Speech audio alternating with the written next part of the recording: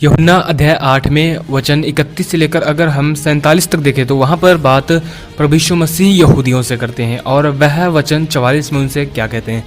वह कहते हैं कि तुम, वचन 44 में लिखा, तुम अपने पिता शैतान से हो और अपने पिता की लालसाओं को पूरा करना चाहते हो।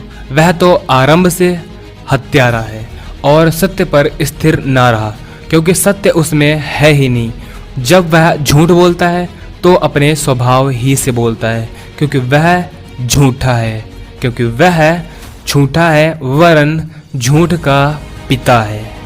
प्रभु यीशु मसीह ने उनसे कहा कि तुम अपने पिता शैतान से हो और अपने पिता की लालसाओं को पूरा करना चाहते हो। वह तो आरंभ से हत्यारा है और सत्य पर स्थिर ना रहा, क्योंकि सत्य उसमें है ही नहीं।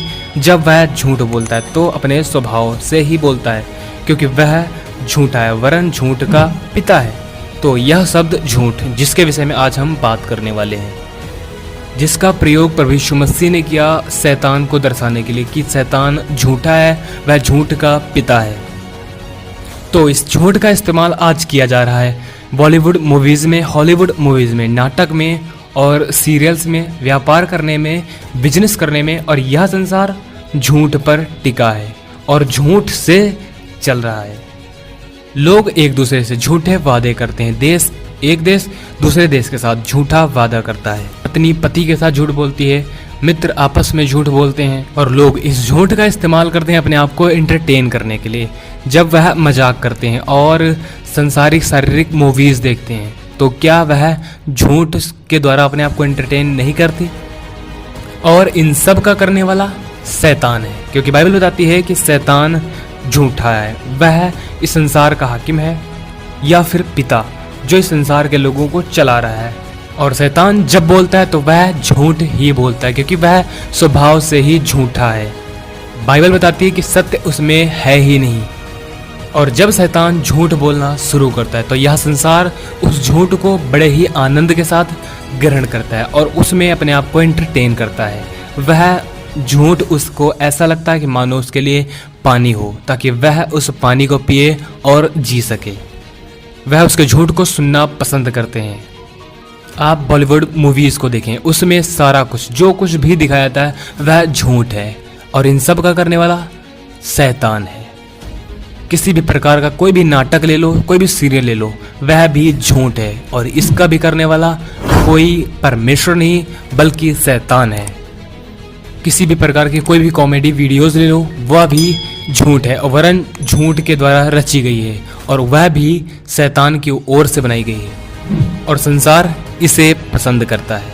मैं फिर कहता हूँ कि इन सब का करने वाला, रचने वाला या फिर बनाने वाला या फिर पैदा करने वाला शैतान है। देखो, बाइबल बताती है कि शैतान झूठ का पिता है, मतलब कि झूठ का पैदा करने वाला, रचने वाला और बनाने वाला। चलो मैं आपको एक उदाहरण देता हूँ। जब तक एक व्यक्ति का कोई बच्चा ना हो या फिर किसी स्त्री का कोई बच्चा ना हो, तब तक वह ना तो माँ गिनी जाती है और ना ही एक व्यक्ति बाप गिना जाता है। परंतु जब एक व्यक्ति के पास उसका एक बच्चा होता है या फिर एक स्त्री के पास उसका बच्चा होता है तो वह माँ गिनी जाती है और वह व्यक्ति पिता गिना जाता है जब वह किसी चीज़ को जन्माता है।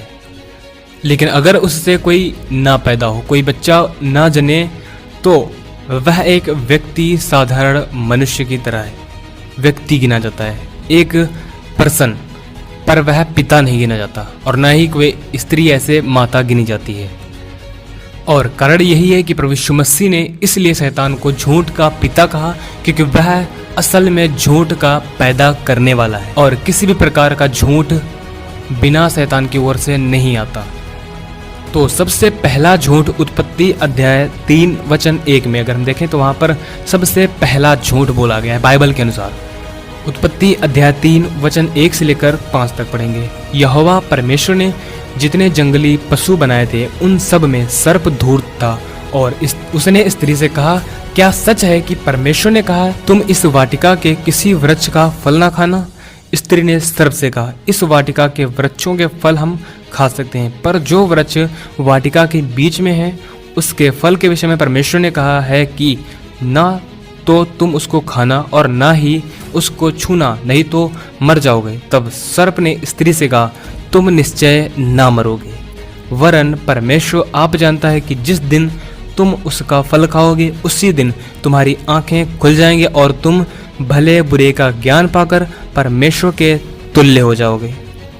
देखो, परमेश्वर ने आदम और हवा को जब अदन के बाग में रखा था तो उनसे कहा था कि तुम इस भले और बुरे के वृक्ष का फल कभी ना खाना, नहीं तो तुम निश्चय मर जाओगे। पर यहाँ पर शैतान क्या कहता है कि तुम निश्चय ना मरोगे। तो अगर इस संसार के लोग झूठ का साथ दें या फिर उसे प्रमोट करें या उसे ऊंचा उठाएं तो यह तो अलग बात है, क्योंकि वह परमेश्वर को नहीं जानते हैं और परमेश्वर से दूर हैं। पर बहुत सारे हमारे मसीह भाई बहन हैं जिनका जीवन झूठ पर टिका है। वह झूठ के सहारे जीते हैं और मानो उनके जीवन के सहारे की लाठी झूठ है जिसका सहारा लेकर वो चलते हैं। उनके जीवन में मजाक करना, आपस में झूठ बोलना, निंदा चुगली करना, बुराई करना, यह आम बात है। और मैं तुम मसीहियों से जो अपने आप को मसीह कहते हो, मैं पूछना चाहता हूँ कि तुम्हारा झूठ से क्या नाता? क्या सच्चाई और झूठ कभी एक साथ रह सकती है? पर आप कहते हो, ब्रदर मैं सच नहीं बोलता पर झूठ भी नहीं बोलता हूँ। यह कभी नहीं हो सकता। या तो आप सच बोलते हैं या फिर आप झूठ बोलते हैं, या तो आप सच्चे हैं या फिर आप झूठे हैं, और तीसरा कोई विकल्प इसके बीच में नहीं है। आप अगर चाहें तो इस पर बहुत ज़्यादा तर्क वितर्क कर सकते हैं और मैं आपको कभी सेटिस्फाई नहीं कर सकता, क्योंकि एक सोते से खारा और मीठा जल नहीं निकल सकता है। उसी प्रकार आप या तो झूठ बोलते हैं या फिर सच बोलते हैं। हो सकता हो आप बड़ी ही बुद्धिमानी से झूठ बोलते हो कि सामने वाले को पता ना लगे कि आप झूठ बोल रहे हो, लेकिन आपका झूठ परमेश्वर के सामने प्रकट है, आप इसे नहीं छिपा सकते हैं। अगर आप देखते हैं Bollywood movies, Hollywood movies, TV serial, चाहे आप तारक मेहता का उल्टा चश्मा देखते हो या फिर सीआईडी या फिर अन्य कोई सीरियल देखते हो या फिर आप किसी प्रकार का संसारिक सॉन्ग सुनते हैं, तो आप मुझे बहुत ध्यान से सुने। यह वीडियो आप तक पहुंची, यह कोई इत्तेफाक की बात नहीं है, और इस वीडियो आपने यहाँ तक देखा, यह भी कोई इत्तेफाक नहीं है, वरन यह एक परमेश्वर की मर्जी थी जो आपके लिए है। सुनो, आप शैतान को सपोर्ट करते हो अगर आप यह सब कुछ करते हो जो मैंने बताया, क्योंकि यह सब कुछ परमेश्वर की आत्मा के प्रेरणा के द्वारा नहीं बनाया गया है, ना ही परमेश्वर की आत्मा की अगुवाई में बनाया गया है। और मैं सच कहता हूँ कि यह शैतान की ओर से बनाया गया है, यह शैतान की प्रेरणा से रचा गया है। आप शैतान को प्रमोट करते हो, सपोर्ट करते हो, क्योंकि यह सब कुछ शैतान की प्रेरणा से बनाया गया है जो मैंने बताया।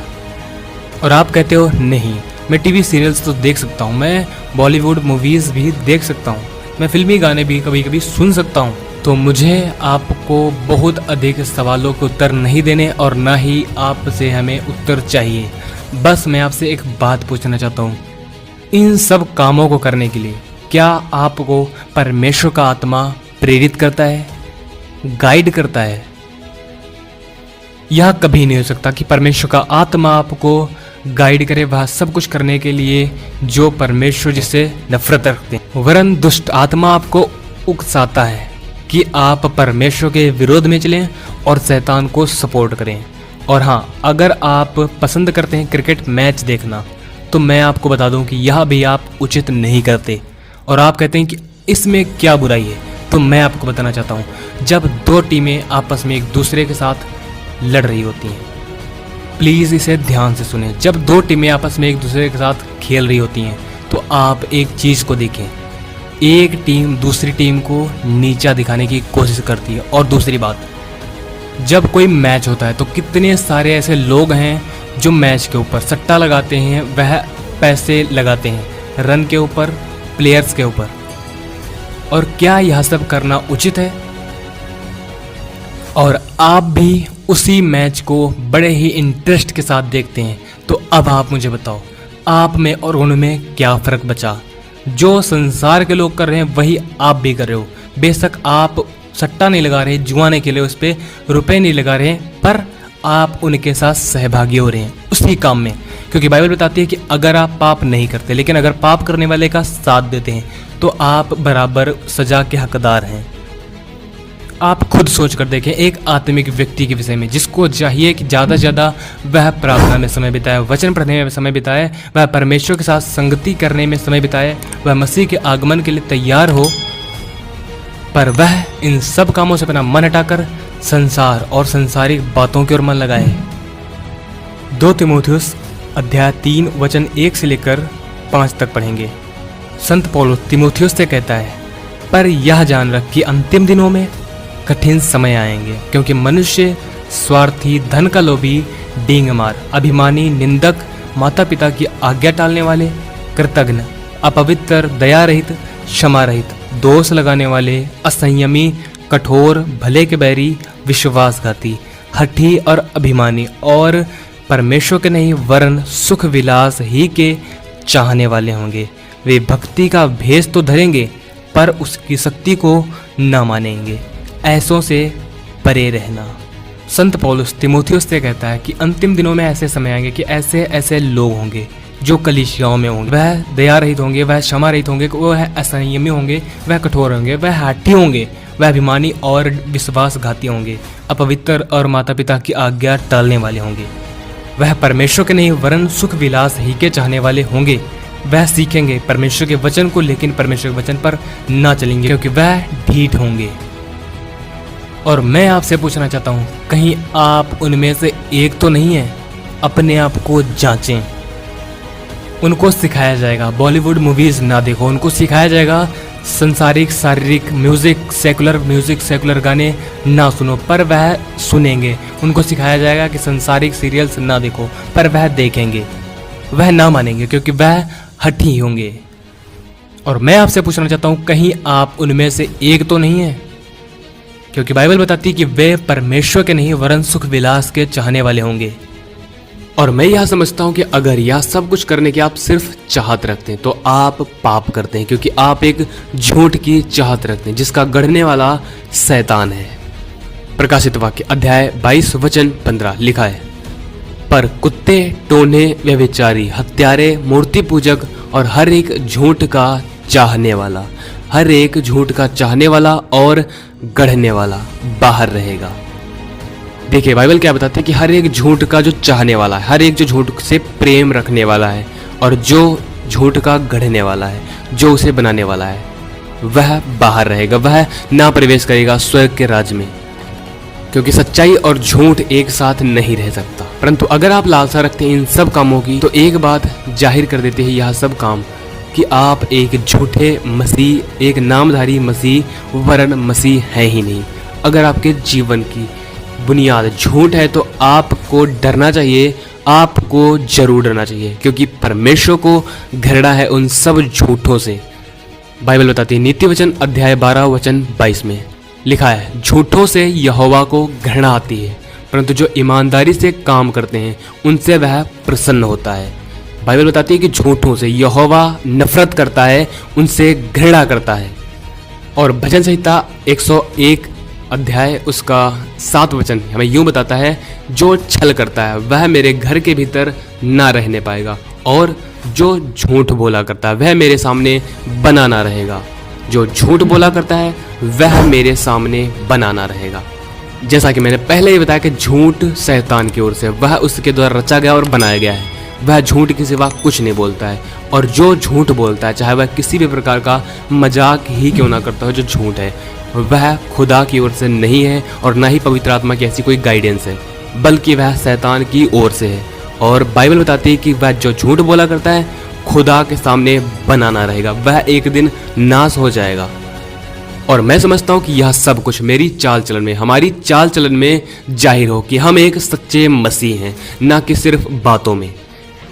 आपकी सच्ची मसीहत, आपके जीवन का सच्चा लाइफस्टाइल आपके चाल चलन में होना चाहिए, कि आपका चाल चलन जाहिर करे कि आप एक सच्चे मसीही, सच्चे, खरे और पवित्र मसीह हैं।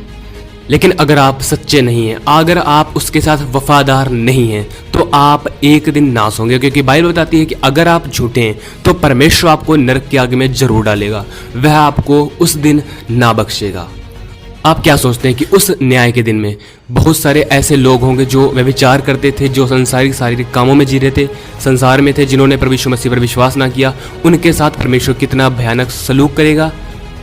मैं कहता हूं कि उस दिन बहुत सारे ऐसे नबी, प्रॉफिट और बहुत सारे सेवक और बहुत सारे ऐसे मसीह खड़े होंगे जो उनसे अधिक दंड पाएंगे और उन अविश्वासियों से अधिक परमेश्वर के सम्मुख घृणित और घिनौने ठहरेंगे, क्योंकि उन्होंने परमेश्वर को नहीं जाना। उनसे सच्चाई छिपी रही, उन्होंने सच्चाई की ओर मन नहीं लगाया। परंतु अगर ऐसे लोग जिन्होंने सच्चाई को जाना, जिन्होंने मसीह को जाना और फिर भी मसीह के विरोध में चले और मसीह को तुच्छ जाना, वो लोग वह खुदा के सामने उन सब से अधिक घृणित और घिनौने ठहरेंगे और उस सदा की आग नरक में झोंक दिए जाएंगे। जो अपने आप को बहुत बड़े प्रॉफिट कहलाते थे, जो अपने आप को बहुत बड़े भविष्यद्वक्ता, प्रीचर और बहुत ही बड़े अपोस्टल कहलाते थे, पर क्या वह खुदा के सामने सच्चे ठहरे? अगर नहीं तो उनका अंत विनाश है, क्योंकि वह कहलाते तो मसीह के थे पर जीते थे शैतान के लिए और उसकी इच्छा को पूरा करने के लिए। इसलिए वह दास जो अपने स्वामी की इच्छा को जानता था और ना उसकी इच्छा के अनुसार चला और ना तैयार रहा, वह बहुत मार खाएगा।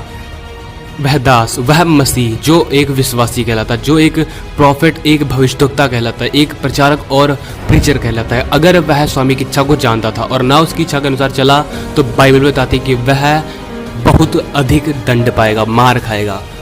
और मैं आपसे पूछना चाहता हूँ, जो कोई भी जो आप इस वीडियो को देख रहे हैं, अगर इस वीडियो को देखने के बाद आपका झूठ के विरोध में, झूठ के खिलाफ कोई भी एक्शन नहीं है, तो मैं नहीं जानता कि आप कौन सी मसीहत को फॉलो करें, पर आप सच्चे मसीह यीशु को फॉलो नहीं कर रहे हैं और ना ही उसकी टीचिंग को फॉलो कर रहे हैं। और इस वीडियो को बनाने के लिए मैंने बहुत ज़्यादा मेहनत की, परमेश्वर ने मेरी सहायता की और शैतान ने मुझे बहुत ज़्यादा डिस्टर्ब करने की कोशिश की, पर फिर भी मसीह के अनुग्रह से मैं इस वीडियो को फाइनली आप लोगों तक पहुंचा पाया।